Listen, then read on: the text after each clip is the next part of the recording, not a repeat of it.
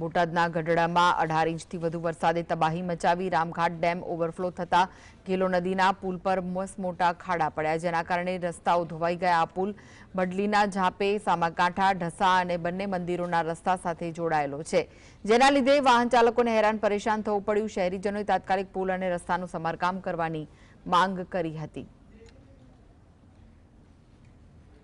ગઈકાલથી છેલ્લા 12 કલાકમાં ગરડાની અંદર 14 ઇંચ જેટલો વરસાદ પડ્યો છે। વરસાદના કારણે ગામડાઓના અને ગરડા શહેરના મુખ્ય રસ્તાઓ ધોવાઈ ગયા છે અને સાવ સંપર્ક વિહોણા બન્યા છે।